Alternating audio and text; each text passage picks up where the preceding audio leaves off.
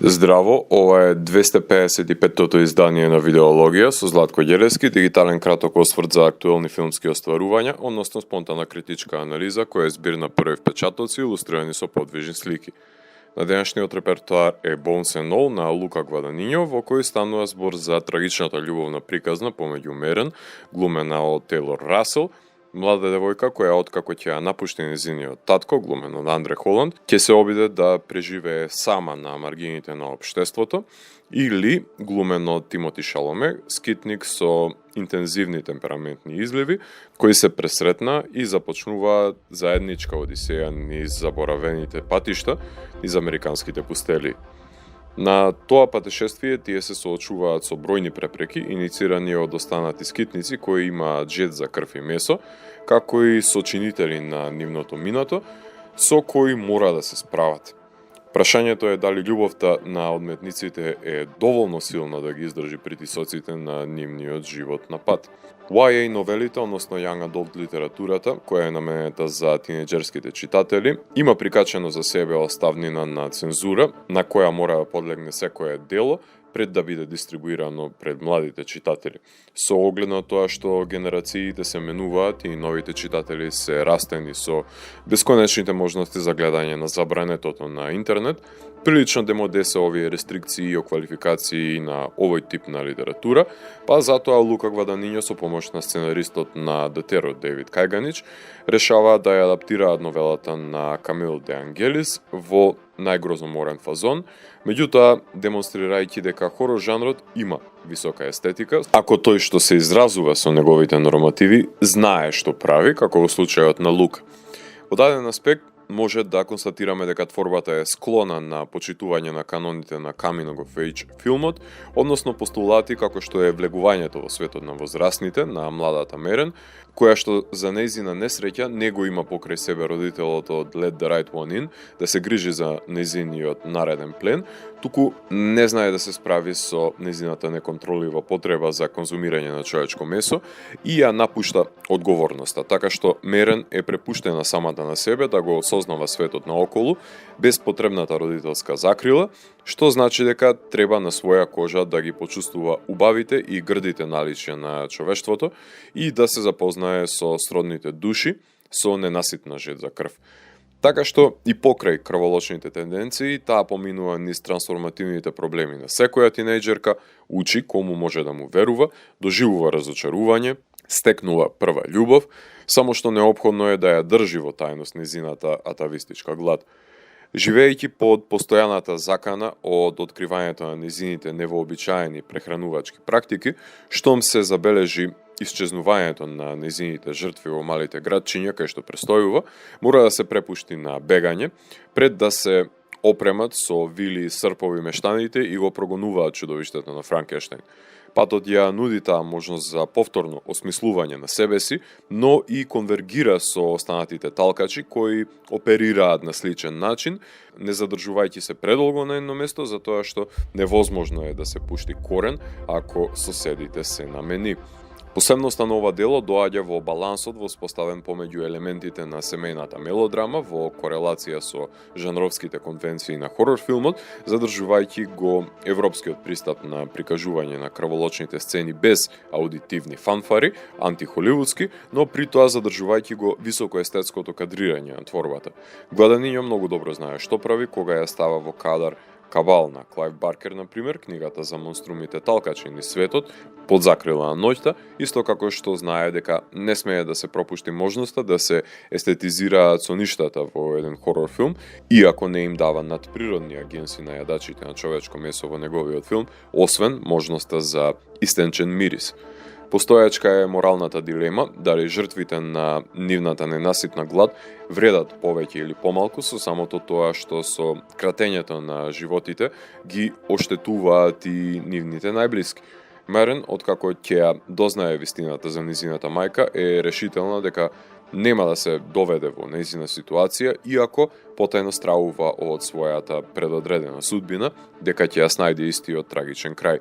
Ли си има своји демони од преживеаното семејно насилство, непомирливост која раѓа душевен неспокој, но и константно бегство од законот, тегова која не сака толку лесно да ја разоткрие, но ќе ја сподели Клајд со саканата Бони. Барем накратко, прокламираат дека сакаат да глумат луѓе, чезнејќи по обичниот живот, кој го имаме сите ние, но тој идеал е недофатлив за тие со неразчистени сметки. На овие ликови, кои се диви во срцето, им е судено да бидат до Lost Boys низ Badlands за емо генерации. Андре Холанд, Шон Бриджес, Дейвид Гордон Грин и Клој Севињи имаат епизодни улоги, а епилогот наменски е отворен затоа што патот секаде може да ги води овие ликови, кои колку што се предатори, толку може и да бидат нечии плен. Сели, кој одлично глуми харизматичниот чичко Марк Рейланс, во известна смисла е антагонистот помеѓу крвожедните битија, кој се наметнува како помошник пред да ја демонстрира психозата на дело, потврдувајќи општо важечката девиза дека не се дава доверба туку така на секој непознат, кој ќе се пресретне на животниот пат, не бара е зловна вештерка од бајките, а всушност е убиец која збира косата на жртвите како талисман. Меѓутоа, не е тој единствениот манијак наоколу, некој канибал има и своje групи. Иако ликовите се облеани во крв, помеѓу нив се јавува симпатија која е проследена со меланхоличниот синт и милозвучната виолина, компонирани од искусните Трент Резнор и Атикус Рос, чии што гудачки партитури знаат да бидат френетични при крешендото на крвопролевањето, а баладичниот напев на Трент во You've Made It Feel Like Home умее да направи јукстапозиција во сцените кај што се обоени подовите и ѕидовите со локви крв, додека постои закана за згаснувањето пред време на нечи живот. Всушност, бришењето на крвта со саканиот се третира како еден од најинтимистичките мигови во овој филм. Барем јас нема да го заборавам кадарот во кој Тимоти Шаломе танцува на Lick It Up од Kiss. Со буџет од $16 милиони си одвоиле средства да ја купат атмосфера на Joy Division, која ја слушаме пред да огладнат ликовите, откако Дейвид Гордон Грин како Ледерфейс ќе трча по камионот со руралните Ромео и Јулија. За визуелната естетика е ангажиран грузискиот директор на фотографија на Beginning и City of the Sun, Арсени Качатуран, кој го снима филмот како артхаус мелодрама, на моменти користи архаични зумови за естаблирачки кадри, најчесто работи со средни и широки планови, со арифлекс и панафлекс, на прекрасни 35 мм, на кои го опфаќа колоритот на заборавените американски предели и секогаш вади впечатлив крупен план. Точно е дека монтажерот на серијата We Are Who We Are, Марко Коста, има доволно простор во неа за да се запознаеме со ликовите и нивните конфликти, меѓутоа во предолгиот филм на Гваданињо знае одишката помеѓу животните дестинации да алиенира голем број на гледачи, кои нема да се препуштат низ китањето на заборавените предели на сад. Тој користи дизолв помеѓу сцени за нивно прелевање една во друга, како и джамкат за акцентирање на тензичност и се распосла со пилокадри на магичен час, за кои остана пократка Клој Жао во Номадленд.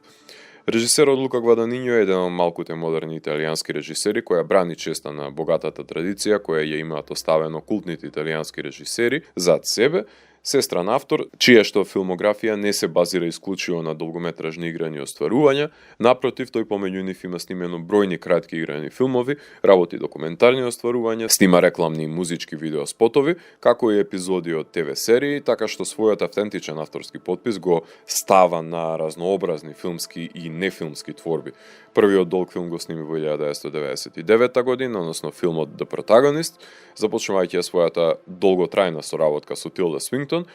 во која една италијанска екипа на документаристи патуваат за Лондон да истражат еден поранешен случај на убиство. Во 2005 година за прв пат се препушти на истражувањето на конвенциите на филмовите за созревање во Мелиса П, во кој младата Марија Валверде ја глуми девојката која го има првото нејзино сексуално искуство. Во 2009 година Тилда го предводи неговиот I Am Love, во кој глуми русинка која се преселува во Италија со сопругот, глумејќи незадоволена аристократка, а во 2015 година заедно со Дакота Джонсон и Ралф Фајнс го предводат A Bigger Splash, во кој позната рокерка со низиниот дечко патува за Италија, кај што има неочекувана средба со еден стар пријател и неговата ќерка. 2 години полосна го снима оскаровскиот Call Me By Your Name со Тимоти Шаломе за љубовта која се раѓа помеѓу 17 годишниот ученик и возрастниот маж, кој е ангажиран да биде помошник во истражувањето на таткото на ученикот. За во 2018 година да го направи незамисливото,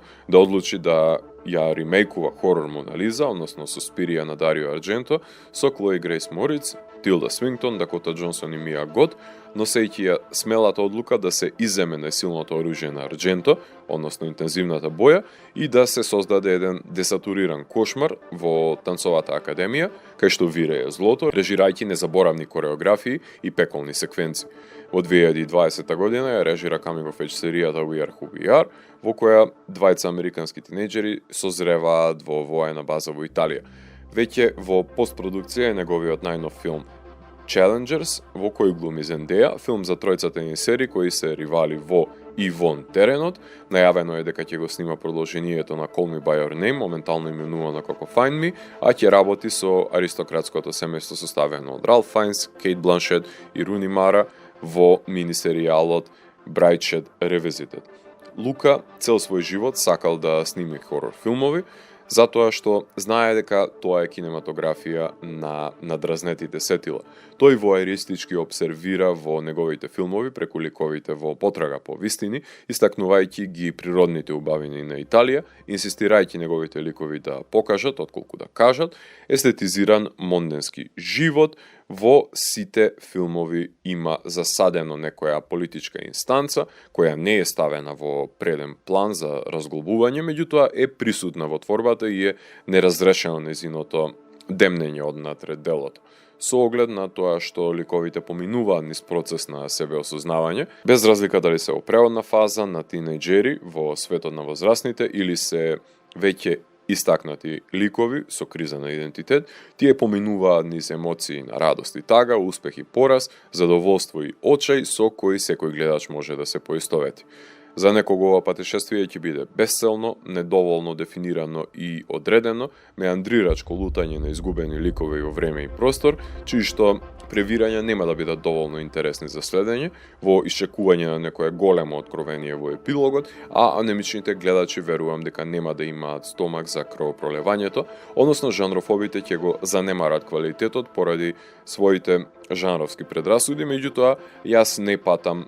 од ниту една од наведените болести, па затоа афирмативно ги валоризирам децидните артистички подвизи на Лука со кои го пропагира снимањето на врвниот жанровски дериват. Филмот имаше својата премиера на Венецискиот филмски фестивал, кај што Тейлор се закити со наградата Марчело Мастројани за најдобра актерка, а Лука беше награден со Сребрен лав за најдобра режија. Потоа филмот беше прикажан на Telluride, Цирих, Fantastic Fest, BFI Виена, EFI Taipei, Стокхолм, продуциран е од новооткупеното студио на MGM од страна на Амазон,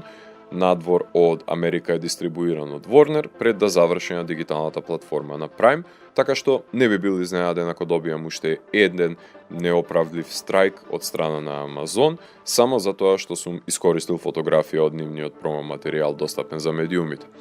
Канибалистички coming of age road филм во кој се крие зачеток на една крвава романса помеѓу двајца талкачи низ загубените пространства во срцето на САД, кои ќе се пронедат насреде потрагата по храна за заситување на нивната крволочна глад, бездомници со мечта за изнаоѓање на постојано прибежиште и започнување на монденски живот, кој што бил одземен од нив во мигот кога осознале дека треба да се прехранат со човечко месо кое има фамилија. Во нивната бајка сретнуваат многу волци во овчја кожа и волци во волчја кожа, од кои секој на секому не му е човек. Ако морам да го евалуирам, тогаш Bones and All од мене има 4,5 од 5. Доколку ви се допадна 255-тото издание на дигиталната архива Видеологија, лајкувајте го видеото, споделете го и следете го каналот. Последете и по останатите рецензии на виртуелната полица. Ви благодарам за вниманието. Поздрав!